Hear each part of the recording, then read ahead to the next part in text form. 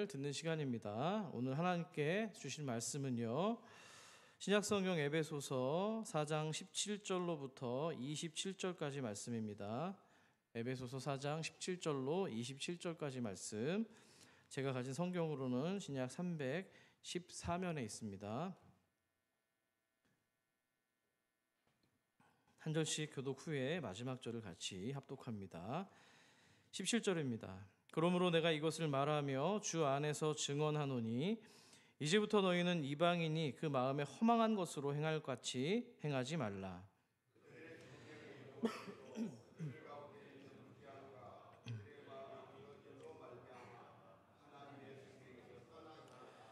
그들이 감각 없는 자가 되어 자신을 방탕에 방임하여 모든 더러운 것을 욕심으로 행하되 진리가 예수 안에 있는 것 같이 너희가 참으로 그에게서 듣고 또한 그 안에서 가르침을 받았을진데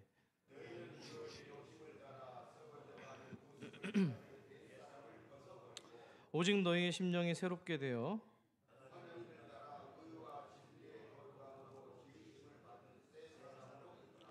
그런즉 거짓을 버리고 각각 그 이웃과 더불어 참된 것을 말하라. 이는 우리가 서로 지체가 됨이라. 함께 읽습니다. 마귀에게 틈을 주지 말라. 아멘. 요즘 TV 프로그램 가운데 중년들의, 특히 가장들의 많은 공감을 받고 있는 드라마 한 편이 있습니다. JTBC에서 방송을 하고 있는데요.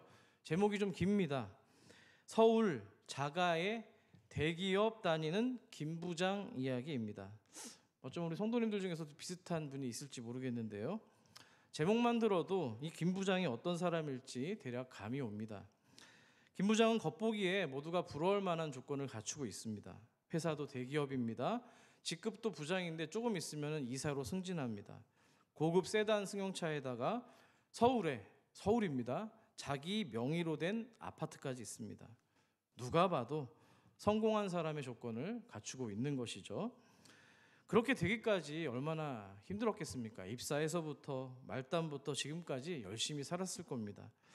그래서 김 부장은 내 집 마련을 했을 때 벅찬 마음으로 가족들에게 말합니다.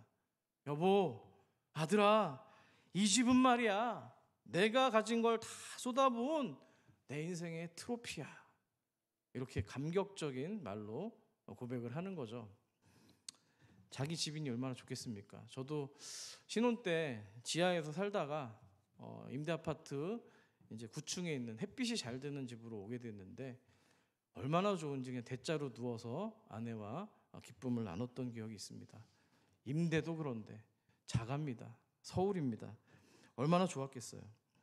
그 말 안에는 누가 대신해 줄 수 없던 가장으로서의 책임감과 자부심, 그동안 견뎌왔던 날들의 무게가 굉장히 담겨 있었을 겁니다. 하지만 그렇게 반듯해 보이던 그의 삶도 오래가지 못합니다. 승진을 눈앞에 두고 있었는데 갑작스럽게 인사발령이 나서 지방 공장으로 좌천되더니 결국에는 버티지 못하고 퇴사하고 맙니다. 안타깝죠? 눈물이 나더라고요. 설상가상으로 퇴직금 받은 거를 몽땅 사기를 당해가지고 손에 쥐고 있던 모든 것들을 한순간에 잃어버리고 맙니다. 그때 그의 아내가 나지막히 독백을 하는데요. 트로피만 파먹고 살 수는 없잖아. 이렇게 얘기를 합니다. 남편이 평생 붙들어 왔던 그 트로피가 정작 현실에서는 가족을 지켜주지 못한 것입니다. 겉으로 보기에는 그럴듯한 삶이었지만 그 순간부터 이 김 부장의 삶에서 겉옷처럼 걸쳐져 있던 것들이 하나둘씩 벗겨지기 시작합니다. 직함이라고 하는 갑옷도, 성공이라고 하는 외형적인 외투도, 나는 그래도 괜찮은 사람이야 여전히 내려놓지 못한 자존심까지도 하나씩 벗겨지기 시작합니다. 결국 마지막에 남은 건 뭡니까? 아무것도 걸치지 못한 채 맨몸으로 서 있는 초라한 인간의 모습이었다는 겁니다. 그런데 이 장면이 바로 오늘 우리가 함께 살펴볼 에베소서 4장의 말씀과 그대로 물려 있다는 겁니다. 공교롭게도 성경은 인간의 영적 상태를 설명할 때 자주 옷이라고 하는 이미지를 좀 사용합니다. 벗고 입고 또 덧입는 장면들이 계속이 되는데요. 그러니까 성경은 이 옷의 언어로 사람이 무엇을 붙들고 살고 있는지, 어떤 마음으로 세상을 살아가는지, 우리가 누구인지를 설명합니다. 한마디로 옷은 정체성의 언어입니다. 한번 따라해 볼까요? 정체성의 언어. 자, 그래서 제가 오늘 옷의 이야기이기 때문에 좀 멋을 좀 부리고 왔는데 한 목사 괜찮습니까? 네, 감사합니다. 네, 옷의 이야기인데요. 사실 오늘 제가 성경의 창세기부터 요한계시록까지 제가 옷에 대한 이야기를 할 겁니다. 근데 옷에 대한 이야기지만 복음에 대한 이야기예요. 무슨 얘기라고요? 복음에 대한 얘기합니다. 잘 집중해 주시면 은혜가 있을 겁니다. 자, 그래서 우리가 오늘 던지려고 하는 질문은 이겁니다. 그렇다면 우리는 과연 어떤 옷을 입고 살고 있는가? 자, 이 질문을 마음에 담고 성경 안으로 천천히 들어가 보고자 합니다. 과연 성경 속에서 하나님이 어떻게 사람에게 옷을 입히셨는지, 또 어떤 옷을 벗겨버리시고 어떤 옷을 덧입히셨는지에 대해서 한 걸음씩 따라가 보려고 합니다. 제가 이런 접근을 하려고 하는 이유는 성경 속에 나오는 옷과 관련된 이야기들이 따로따로 떨어진 사건처럼 보여도 결국에 한 방향으로 이어지고 있기 때문입니다. 그 한 방향의 마지막 지점이 어디인 줄 아십니까? 오늘 본문에 나와 있는 옛사람을 벗어버리고 새 사람을 입으라, 마귀에게 틈을 주지 말라고 하는 그 말씀을 관통하고 있는 결론이기 때문입니다. 그래서 이제 온 이야기가 시작되는 성경의 첫 장면으로 함께 떠나보고자 합니다. 창세기 말씀입니다.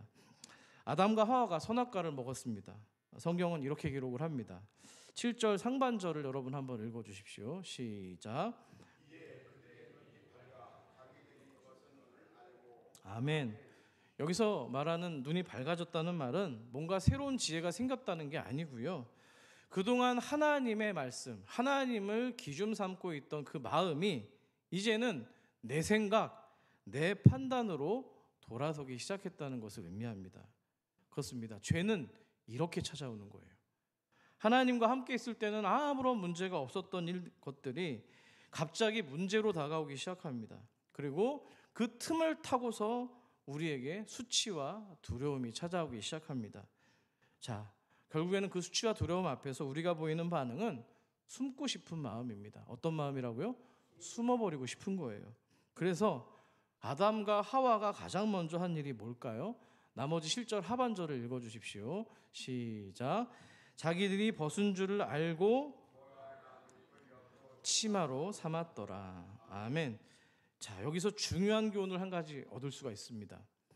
하나님으로부터 멀어지게 된 인간이 처음으로 선택했던 해결책이 무엇입니까? 뭘까요? 옷을 입는 거예요. 뭘 한다고요? 옷을 입는 거. 어떻게든 자기 힘으로 두려움과 수치를 벗어나 보기 위해서 시도했던 첫 번째 행동이 옷을 입는 거라는 거예요. 그 인간이 만든 첫 번째 옷이 뭡니까? 무화과 잎으로 만든 치마입니다. 무화과 어떻습니까? 금세 마르고 찢어집니다. 제대로 가릴 수조차 없어요. 급하게 가리려고 걸쳤지만 오래 버틸 수 없는 한시적인 옷이 바로 무화과 옷입니다. 사실 이것은 우리들의 모습과 참 많이 닮아 있습니다. 자존심이라고 하는 옷, 체면이라고 하는 옷, 안 괜찮은데 괜찮다라고 입는 가면의 옷을 우리는 얼마나 자주 꺼내 입습니까? 그런데 하나님은 그런 인간에게 전혀 다른 옷을 준비하십니다. 21절을 같이 읽어보죠. 시작. 여호와 하나님이 아담과 그의 아내를 위하여 가죽옷을 지어 입히니라. 아멘. 중요한 건 주어입니다. 뭐라고요? 주어입니다. 누가 지어 입힌 거예요? 하나님이 지어 입히셨다는 거예요. 아담과 하와가 만든 게 아니라 하나님이 직접 만드셨고 그 옷을 둘에게 입혀주신 겁니다. 자, 그런데 가죽옷은 누누이 말씀드렸죠. 누군가의 희생과 피를 흘려야만 입을 수 있는 옷입니다. 때문에 이 장면은 창세기 3장 15절 여자의 후손이 뱀의 머리를 어떻게 한다고요? 깨뜨려 버린다고 하는 그 첫 약속과 맞닿아 있습니다. 자, 이것을 우리가 원시복음이라고 했습니다. 한번 따라해 볼게요. 원시복음. 이게 왜 복음일까요? 뭐냐면 피 흘림을 통해서 죄를 덮는 방식이 처음으로 이 성경에 나오기 때문입니다. 다시요. 피 흘림을 통해서 죄를 덮는 방식이 가장 처음 나온 게 바로 가죽 옷이라는 거예요. 이 대목은 굉장히 중요합니다. 죄는 우리에게서 하나님의 형상이라고 하는 영광의 옷을 빼앗아 버렸지만 우리 하나님께서는 당신의 희생의 피로 지은 은혜의 옷을 우리에게 다시 입혀주셨기 때문입니다. 그러니까 죄는 우리로 하여금 벗은 줄 알게 만들었고요. 하나님은 우리에게 다시 옷을 입혀주심으로 회복시켜 주신 겁니다. 믿으시면 아멘 합시다. 그럼 따라해 볼게요. 죄는 벗기고 은혜는 입히는 겁니다. 믿으시면 아멘 합시다. 자, 이 흐름을 마음에 담아두시고 두 번째 에피소드로 이동해 보겠습니다. 이번에는 창세기 요셉 이야기입니다. 눈치채셨죠? 요셉의 이야기도 사실 옷의 이야기로 시작합니다. 아버지 야곱이 요셉에게 무슨 옷을 입혔습니까? 채색 옷을 입혔습니다. 그것은 단순히 예쁜 옷 정도가 아니라 귀한 옷 정도가 아니라 아버지의 편애가 담겨 있는 옷이었습니다. 자, 그러면 그 꼴을 형제들이 좋아하겠습니까? 그 옷을 불편하게 여기고요. 벗겨버리고 싶은 욕망이 가득했을 겁니다. 그렇습니다. 질투는요, 언제나 겉옷을 먼저 노리는 거예요. 뭐라고요? 겉옷을 먼저 노립니다. 그것을 벗겨내면 그 사람을 무너뜨릴 수 있다고 생각하기 때문입니다. 자, 결국에 요셉은 이 형들의 음모에 넘어가서 애굽으로 팔려가고 보디발 장군의 집에서 노예로 일하게 됩니다. 그런데 그 집에서 일할 때에도 똑같은 사건이 벌어졌습니다. 보디발의 아내가 요셉을 침실로 유혹합니다. 뭐 젊고 좋았겠죠. 근데 뜻대로 안 되는 거예요. 단호합니다. 거절하면서 도망가자 그녀는 요셉의 옷을 움켜쥐면서 또 그것을 증거로 내밀면서 여보시오 사람들, 요셉이 나를 겁탈하려고 하다가 도망을 갔습니다라고 누명을 씌워버립니다. 자, 이렇듯 요셉은 인생의 여러 지점 가운데 자기가 지녔던 그 옷을 벗게 되는 일을 반복해서 경험합니다. 사랑받는 아들의 옷도 또 형제들에 의해서 벗겨졌고요. 성실한 이 종의 옷도 그 사모님의 통해서 벗겨지게 된 겁니다. 하나씩 찢기고 벗겨지는 아픔을 겪게 된 것이죠. 사실 우리 인생에도 옷이 벗겨지는 순간이 있습니다. 물론 요셉처럼 겉옷을 빼앗기는 일은 아닙니다만 나를 지탱해 주던 그 어떤 옷이 갑자기 사라지는 순간이 있습니다.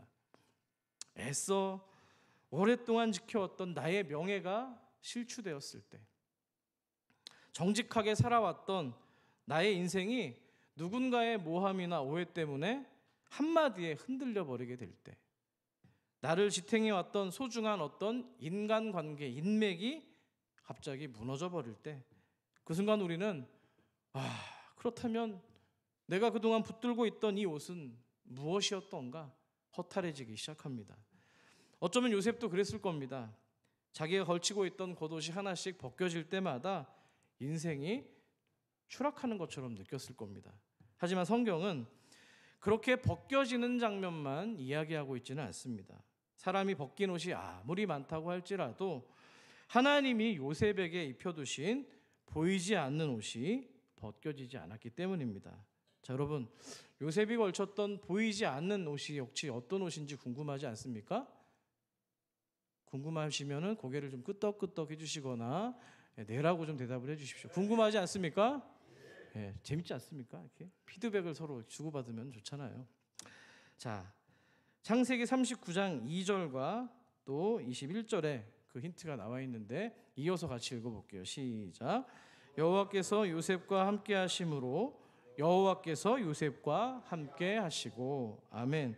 형제들이 그의 겉옷을 벗겼을 때에도, 거짓 누명으로 감옥에 떨어졌을 때에도 하나님은 단 한 번도 요셉의 정체성은 벗겨버리지 않은 겁니다. 왜냐하면 하나님이 입혀주신 또 다른 종류의 옷이 있었기 때문입니다. 저는 이것을 임재의 옷이라고 이야기하고 싶습니다. 한번 따라해볼까요? 하나님의 임재의 옷. 요셉은 그걸 입었던 거예요.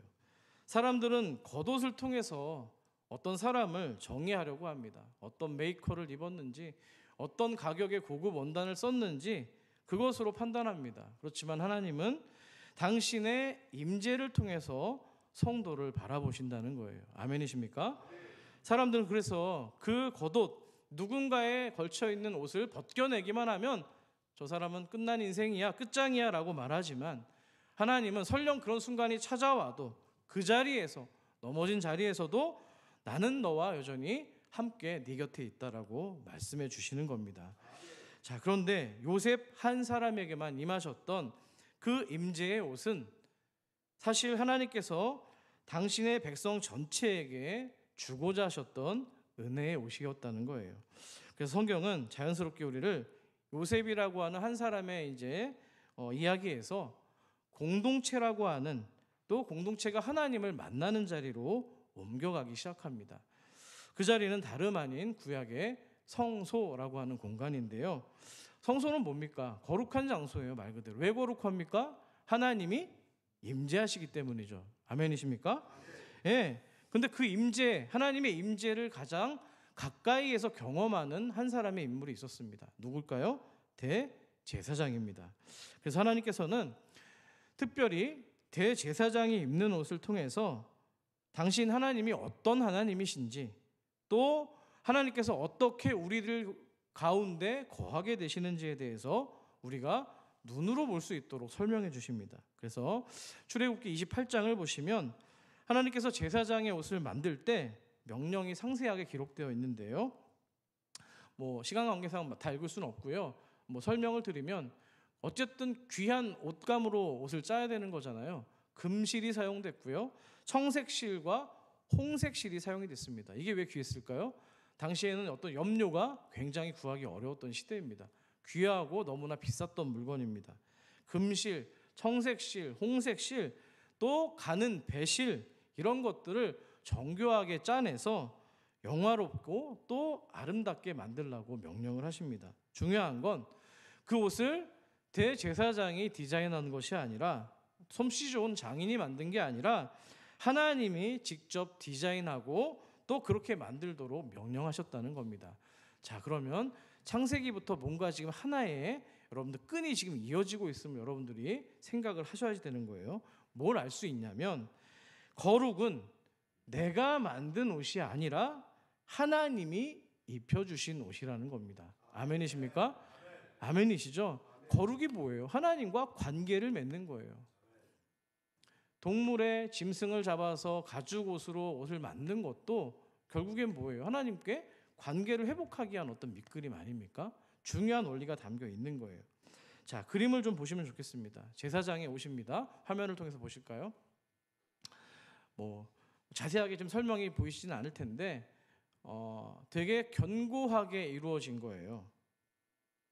제사장의 옷은 틈이 생기지 않도록 고리와 끈으로 이어져 붙어 있고요. 가슴에는 흉패가 있습니다. 12개의 보석이 박혀 있는데 이스라엘의 12지파를 상징하는 어떤 그런 의미가 담겨 있습니다.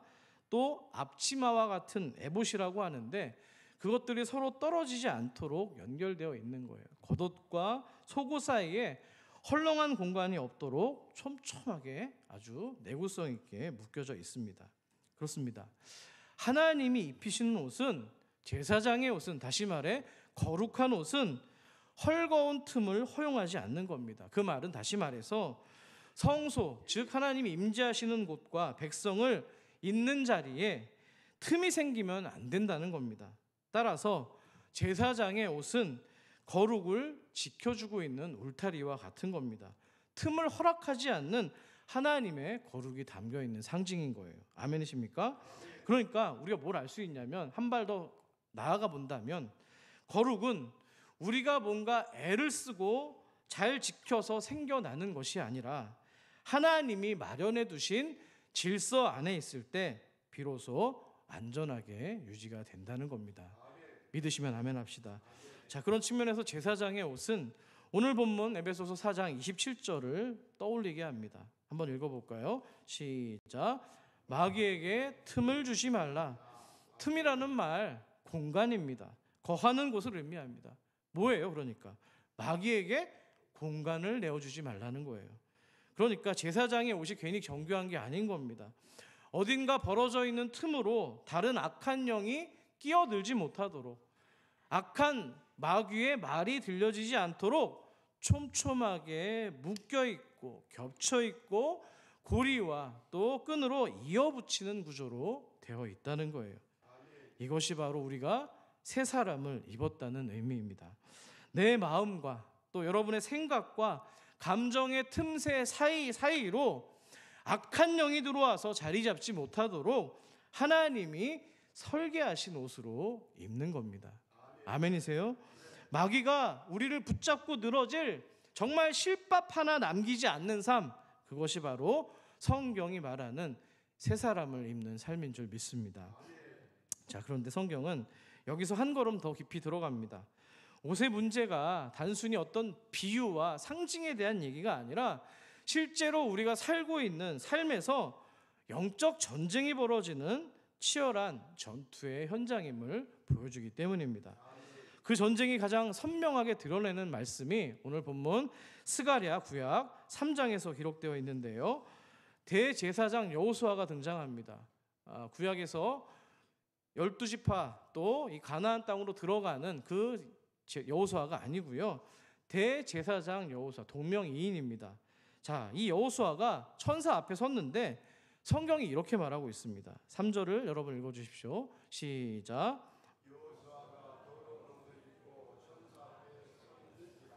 아멘. 무슨 옷을 입었다고요? 더러운 옷을 입고 서 있습니다.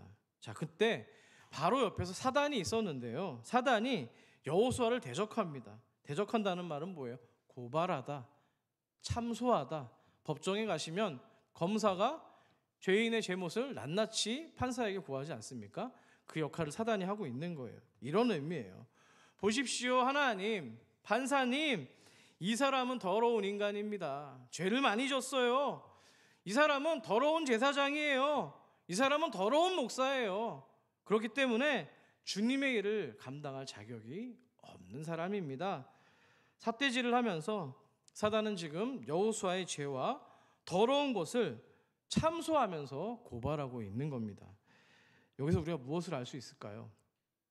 사단의 전략은요, 뭔가 새로운 죄를 만들어내는 것보다 우리들의 예전에 지었던 죄를 계속 들춰내고 끄집어내는데 탁월한 능력을 가지고 있다는 겁니다. 이미 우리가 하나님 앞에서 예수 안에서 회개하고 정산, 십자가에서 이미 끝났던 그 죄를 또다시 끌어내서 이미 용서받았던 과거의 죄를 또다시 들추어내서 우리를 끌어안친다는 거예요.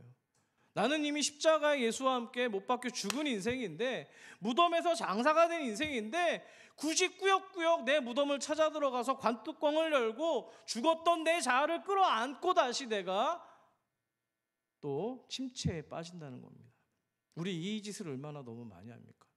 그래서 죄가 어려운 거예요. 그럴 때 사단이 그 틈을 뚫고 들어온다는 겁니다. 자, 그런데 우리 하나님이 이런 사단의 참소 앞에서 여호수아를 어떻게 변호해 주셨을까요? 궁금하시죠? 자, 이어지는 스가랴 3장 4절을 화면을 통해서 같이 읽어보겠습니다. 시작.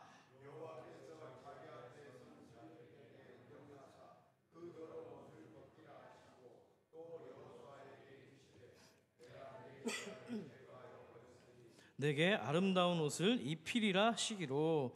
아멘. 여기서 죄를 제거한다는 말이 단순히 내가 눈 감아주겠다 이런 말이 아니고요, 내가 그 죄를 책임지겠다는 하나님의 선언입니다. 그 선언과 동시에 더러운 옷이 어떻게 되는 거예요? 벗겨지고 새 옷을 입혀주시겠다는 거예요. 그러니까 잘 보세요.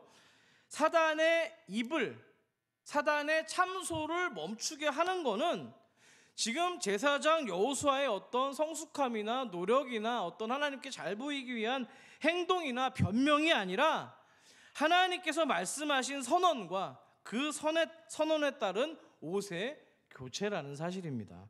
우리가 죄책감에서 벗어나는 이유가 여기 있는 거예요.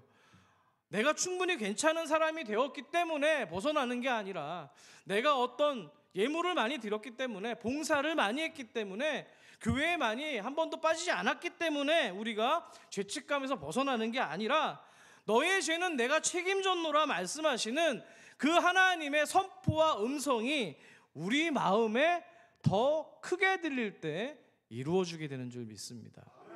아멘이세요? 죄책감 벗어나는 게 나로부터 시작되는 게 아니라 하나님의 선언, 하나님의 말씀, 진리의 선포에 거기에 토대로 삼고 있다는 겁니다. 우리가 복음 안에서 새 옷을 입는다는 게 바로 이런 겁니다. 사단이 우리의 과거를 들이대면서 참소할 때 너 그랬잖아, 옛날에 그랬잖아, 하나님이 용서해 주신 것 같지? 아니야. 너 그것 때문에 괴롭고 있잖아. 자꾸 우리를 속입니다. 예. 그럴 때 이렇게 얘기하라는 거예요. 나는 하나님께서 이렇게 말씀하시는 거죠. 그 사단에게, 나는 이 사람에게 그리스도의 옷을 내가 입혔다. 의로운 옷을 내가 입혔다. 십자가에서 죽은 피 묻은 옷을 내가 이 사람에게 내가 입혀주었다. 의의 옷으로 덮어주었다라고 하나님이 선언하고 있는 겁니다. 이 선언이 사단의 참소를 먹게 하는 유일한 방법이라는 거예요. 이게 복음입니다. 그래서 믿음은 사단의 고발보다 하나님의 말씀과 선언이 더 크다는 그것을 믿는 것인 줄 믿습니다. 여러분, 그래서 예수님의 비유 가운데 새 옷을 입는다는 게 뭔지 잘 보여주고 있는 말씀이 있습니다. 누가복음 15장인데요. 짐작을 하셨을 거예요. 바로 탕자 이야기입니다. 집을 떠난 둘째 아들입니다. 탕자가 먼 나라에서 아버지의 재산을 탕진합니다. 마침내 남의 집 돼지 우리에서 이제 쥐염 열매, 돼지도 잘 안 먹는 그 열매를 탐하는 인생이 되었는데요. 그만큼 굶주린 겁니다. 아마도 그의 옷에서는 거름 냄새로 가득했을 겁니다. 겉옷만 더러운 것이 아니라 존재 자체가 초라해진 상태를 보여주고 있는 거예요. 여러분, 우리가 죄 가운데 있을 때 우리 영혼도 탕자와 비슷한 옷을 입게 된다는 거예요. 탕자가 호기롭게 하나님을 떠나서 내 방식대로 한번 살아보겠노라고 나섰지만은 결국 마음에는 상처가 쌓이고요. 세상의 방식에 물들게 되고요. 반복된 죄의 습관과 무기력함이 그의 영혼을 누더기처럼 만들어버렸기 때문입니다. 바로 그 지점에서 탕자는 아버지 집이 생각이 났습니다. 아버지 집에는 얼마나 많은 품꾼들이 있던가, 식량이 많았던가, 내가 그때는 참 풍족했었지, 다시 집으로 돌아가겠노라고 결심합니다.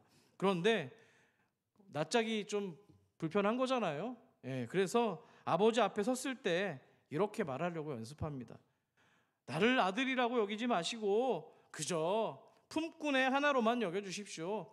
입에 풀칠만 할 수 있게 해달라고 자기 자신을 부정하기 시작합니다. 그러니까 이미 이 둘째 아들은 마음속에서 자기 스스로 아들의 옷이 아니라 품꾼의 옷으로 지금 갈아입고 있었던 겁니다. 그만큼 자기 존재의 값을 스스로 깎아내렸던 것이죠. 하지만 아버지와 상봉을 했을 때 어땠습니까? 그 얘기를 했나요?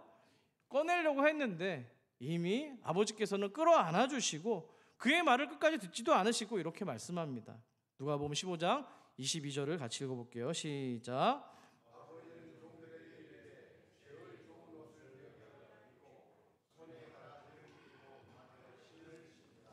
아멘. 아버지가 한 첫 번째 행동이 뭡니까? 옷을 입혔죠? 어떤 옷을 입혔어요? 제일 좋은 옷이에요. 제일 좋은 옷. 탕자가 먼저 아들이 스스로 옷을 갈아입고 이제 깨끗해졌으니 받아주세요라고 하지 않았고요. 그 냄새나는 누더기를 입고 그 모습 그대로 왔는데 그 너덜너덜해진 존재 앞에서 그 자리에서 새로운 옷을 입혀주셨다는 거예요. 목욕하고 오라고 하지 않고요. 그 자리에서 끌어안고 옷을 덧입혀 주신 겁니다. 아멘이십니까? 여기서도 우리는 은혜의 본질을 발견할 수가 있습니다. 은혜는 내가 갈아입는 옷이 아니라 아버지가 입혀주시는 옷인 줄 믿습니다. 계속 지금 한 가지 방향이 흘러가고 있습니다. 자, 그래서 복음은 언제나 너 좀 깨끗이 하고 와라 이렇게 말하지 않고 너 지금 있는 모습 그대로, 상처난 그 모습 그대로, 아픈 그 모습 그대로 내 앞에 오면 내가 옷을 덧입혀 줄 거야 이렇게 약속하고 있다는 겁니다. 여기서 이제 우리는 질문해야 됩니다. 하나님은 그러면 어떻게 우리에게 새 옷을 입혀주실 수 있을까? 그 옷은 도대체 어디서 만들어 주신 것일까? 그것을 질문해야 됩니다. 질문합니다. 여러분, 그 옷이 어디서부터 만들어지는 것일까요? 제가 복음이라고 말씀드렸죠. 그 현장은 바로 십자가 골고다 언덕이었습니다. 십자가 위에서 예수님은 누구에 의해서 옷이 벗겨집니까? 로마, 세상을 상징하는 로마 군병들에 의해서 옷이 벗겨집니다. 겉옷은 4조각으로 나누어서 제비를 뽑기를 합니다. 조롱합니다. 예수님의 속옷은 통짜로 짜여져 있었는데요, 그것을 통으로 가져가려고 마찬가지로 제비를 뽑습니다. 예수님은 말 그대로 사람들 앞에서 발가 벗겨지신 채 십자가에 달려 계십니다. 여기서 성경은 큰 반전을 보여주는데요, 창세기 에덴 동산에서 아담과 하와가 죄로 인해서 벌거벗음을 느꼈던 그 자리에 이제는 죄가 한 개도 없으신 하나님의 아들 그리스도께서 달려 계셨기 때문입니다. 우리가 하나님 앞에서 느껴야만 됐던, 아담과 하와가 느꼈던 그 벌거벗음의 수치, 숨고 싶었던 그 불편함, 과거에 어그러졌던 우리의 죄악의 흔적들, 그 모든 것이 예수께 옮겨지는 자리, 그 자리가 바로 골고다의 십자가 언덕이었던 것입니다. 바울은 이 신비를 갈라디아에서 이렇게 설명하고 있는데요, 3장 27절을 같이 읽어보죠. 시작. 누구든지 그리스도와 합하기 위하여 세례를 받은 자는 그리스도로 옷 입었느니라. 할렐루야. 뭐로 옷 입었다고요? 그리스도로 옷을 입은 거예요. 여기서 옷 입었다는 단어가 오늘 에베소서에 등장하는 새 사람을 입으라라고 하는 단어와 똑같은 단어를 사용하고 있는 겁니다. 우리가 단지 뭔가 도덕적으로 윤리적으로 새 사람이 되었다는 것이 아니고요, 그리스도의 의로움의 옷을 덧입게 된 존재가 되었다는 겁니다. 믿으십니까? 그러니까 십자가에서는 지금 두 가지 옷이 교차가 일어난 거예요. 예수께서 우리의 더러운 옷, 죄의 옷, 수치의 옷을 짊어지셨고 입으셨고, 우리는 대신에 그분의 의로움과 그분의 순결과 그분의 사랑이라고 하는 옷을 덧입게 되었던 거예요. 여러분, 이제 앞서 살펴본 모든 옷들에 대한 에피소드를 오늘 본문 에베소서 4장 말씀으로 다시 가져와 보도록 하겠습니다. 바울은 과거를 이야기합니다. 22절을 같이 읽어볼게요. 시작. 너희는 유혹의 욕심을 따라 썩어져가는 구습을 따르는 옛사람을 벗어버리고. 아멘. 여기서 말하는 옛사람은 나쁜 습관 몇 가지가 아니고요, 아담에게서 물려받았던 하나님 없이 살아가는 삶의 방식 전체를 의미하는 거예요. 옛사람은요, 내가 주인이라고 착각하면서 스스로를 지키기 위해서 내가 만들어낸 옷을 총칭하는 게 바로 옛사람이라는 겁니다. 본문에서 벗어버리다라고 얘기를 하고 있는데요, 이게 시제가 현재가 아니라 과거입니다. 무슨 말이에요? 십자가에서 이미 그 죄악이 벗겨진 존재라고 하나님이 땅 무죄를 선언해 주신 겁니다. 그러니까 새 사람이 되는 일은 내 의지의 어떠함과 행위의 어떤 모습이 아니라 십자가에서 비롯된 하나님의 선물인 줄 믿습니다. 그래서 사도 바울은 자연스럽게 다음 단계를 23절에서 말합니다. 같이 읽어볼게요. 시작. 오직 너희의 심령이 새롭게 되어. 아멘. 심령은 우리의 생각과 의지와 감정의 근원을 의미합니다. 새롭게 되었다고 돼 있어요. 심령이 수동태입니다. 그 말은 주어가 내가 아니라 누구라는 거예요? 성령 하나님이라는 거예요. 믿으십니까? 이렇게 이해하면 됩니다. 십자가에서 단번에 나의 옛 존재론적인 죄악의 옷이 단번에 벗겨졌다면, 오늘 우리가 성도로서 살아가는 삶에서는 또 우리가 여전히 연약해서 죄를 질 수가 있잖아요. 그때 성령께서 그 위에 하루하루 말하자면 새 옷감을 짜서 우리를 입혀주고 계시다라는 거예요. 우리 이런 거죠. 우리가 순간순간 흔들릴 때마다, 사단이 여전히 참소할 때마다, 옛 기억과 나의 어떤 어두웠던 습관이 다시 올라올 때마다, 사단이 그렇게 우리를 밀가부르듯이 넘어뜨리려고 할 때마다 그 틈을 다시 꿰매고 다시 덮고 십자가의 바늘이 새롭게 우리의 삶을 변화시켜 주시는 분이 성령 하나님이라는 사실입니다. 그래서 사도 바울이 이렇게 정리하고 있습니다. 24절을 보세요. 하나님을 따라 의와 진리의 거룩함으로 지으심을 받은 뭘 입으라? 새 사람을 입으라. 아멘. 그러니까 여기서 말하고 있는 새 사람은 조금 뭔가 수선해서 좀 괜찮아진 사람이 아니고요, 완전히 새롭게 지음받은 새로운 창조물이라는 겁니다. 우리는 그렇습니다. 낡은 옷에 어떤 구멍을 기워 입는 사람들이 아니라 전혀 다른 그리스도의 옷, 생명의 신분의 옷을 받은 성도인 줄 믿습니다. 이제 바울은 여기서 중요한 경고 하나를 추가합니다. 27절 말씀이죠. 마귀에게 뭘 주지 말라고요? 틈을 주지 말라. 틈이 아까 뭐라고 그랬어요? 공간이라고 했습니다. 어떤 머물 자리라고 했어요. 마귀에게 쉬어갈 수 있는 공간을 내어주지 말라는 거예요. 그렇다면 이 틈이 어디서 생기게 될까요?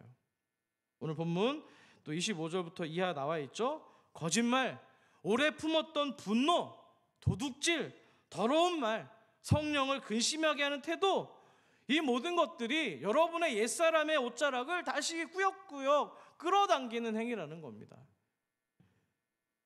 제가 이 말씀을 준비하다가 새벽에 회개를 많이 했습니다. 제가 그렇거든요. 금요일 날 사랑하는 딸하고 좀 다퉜어요. 딸이 듣기에 불편한 말을 했어요. 상처를 줬어요. 성령님을 근심하게 하는 태도를 취하니까 결과가 어땠을까요? 딸하고 관계가 안 좋아지겠죠. 죄를 통해서 하나님과 아담과 하와가 관계가 단절이 된 거잖아요. 그 틈을 노리고 들어온다고요. 얼마나 무서운 거예요. 이 말씀을 하게 하려 목사도 넘어졌어요. 금요일부터 넘어졌어요. 이 말에. 마귀가 그 틈을 노립니다. 여러분의 죄책감, 상처, 억울함, 분노, 싸웠는데 그래도 내가 옳지, 넌 틀렸지라고 여전히 자기 의로움을 내세우는 그 사이 틈바구니마다 사단이 노리고 있다는 겁니다. 자, 그렇지만 새 사람의 옷, 그리스도로 덧입은 옷은 그 틈을 성령께서 메워 가신다는 거예요. 그러니까 마귀에게 틈을 주지 말라는 게 우리에게 뭔가 긴장스럽게 만들고 어려운 요구를 하시는 게 아니고요. 이런 거예요. 여러분의 옛사람이 또 올라오고 옛 습관이 또 올라오고 여러분을 잡아당길 때에 선포하시기 원합니다. 그래, 마귀, 사단, 네가 나를 지금 이렇게 참소하고 하나님 앞에 내 죄를 또 불러 일으켜서 소환하는지는 모르겠으나 미안하지만 나는 이미 십자가에서 못 박힌 생명 주신 그리스도의 옷을 입은 존재야. 까불지 말고 그리스도 예수의 이름으로 명령할 때 떠나갈지어다. 떠나갈지어다. 이렇게 선포하시기를 원합니다. 기억하고 선포하라는 메시지인 거예요. 자, 그러면 성경은 이 옷의 여정, 옷 얘기를 계속 했지 않습니까? 성경의 마지막 장면은 어디로 우리를 안내해 줄까요? 성경의 첫 장에서 어쩌면 우리가 옷을 잃어버린 인간으로 이야기가 시작이 되었다면 이제 성경의 맨 마지막에서 하나님이 주신 옷을 입는 이야기로 완성이 됩니다. 궁금하시죠? 요한계시록 19장 8절을 여러분 마지막으로 읽어주십시오. 시작.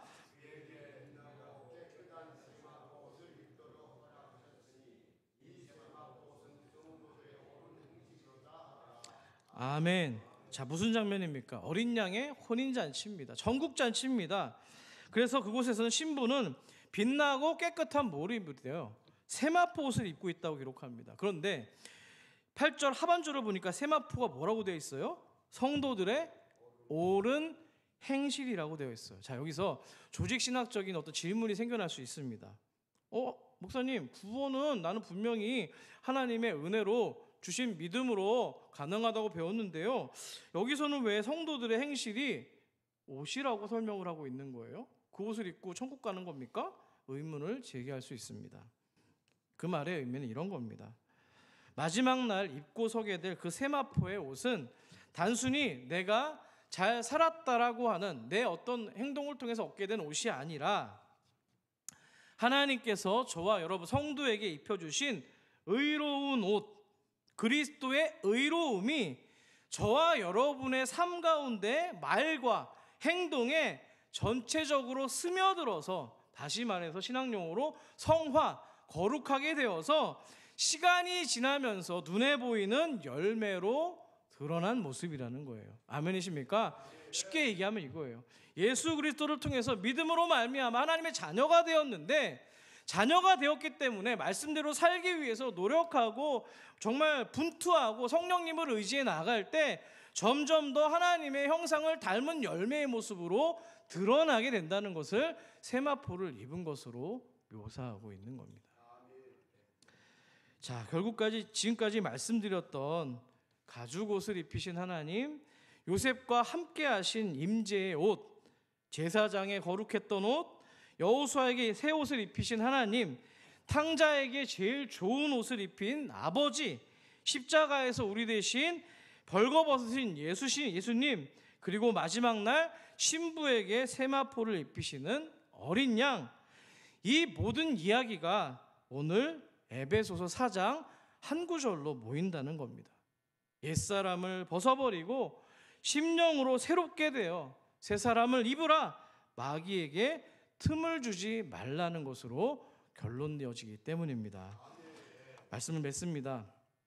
오늘 우리는 어떤 옷을 입고 살아가고 있습니까?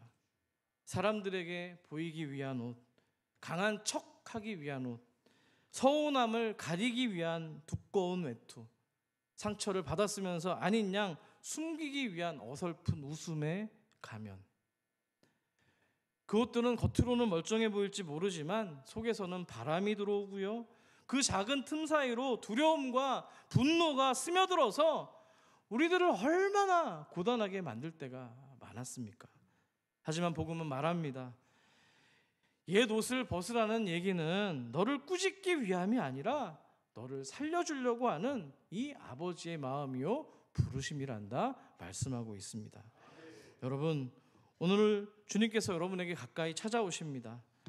우리가 여전히 무화과 잎으로 자신을 가리려고 할 때, 또 세상이 벗겨버린 채색옷 때문에 마음이 무너졌을 때, 억울함과 상처의 옷을 입고 서 있을 때에, 또 스스로 품꾼처럼 낮춰 살아오는 우리의 연약함에 있을 때에, 그럴 때 주님 우리를 책망하지 않는다는 겁니다.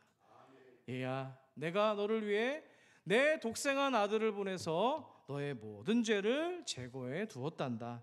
이제 그 부활하신 예수 그리스도의 승리의 옷, 생명의 옷을 입어주기 바란다. 그래서 너를 숨기려 하지 말고 왜곡시키지도 말고 그 의로운 옷을 입고 나와 교제하자꾸나 약속하고 있는 겁니다. 여러분, 의복은요, 옷은 살아내는 방식을 이야기합니다. 주님께서 여러분께 물어보셨습니다. 너희들 어떤 옷을 입기를 원하느냐? 간절히 바라긴 여러분, 흠이 없고 틈이 없고 사람이 벗겨낼 수 없고 세상이 찌를 수가 없고 마귀가 들어올 틈도 없는 그 옷, 하나님이 직접 만들어주신 예수 그리스도의 옷을 입고 갈아입고 살아가는 복된 성도가 되시기를 간절히 축원합니다. 오늘 말씀을 생각하시면서 함께 찬양하실 때 결국에 가죽 옷에서 시작된 거 아닙니까? 보혈로 우리의 죄악이 깨끗해짐을 받은 자유인이 된 것입니다. 그 말씀을 생각하시면서 우리 죄에서 자유를 얻게 함은 박수 치시면서 찬양하도록 하겠습니다.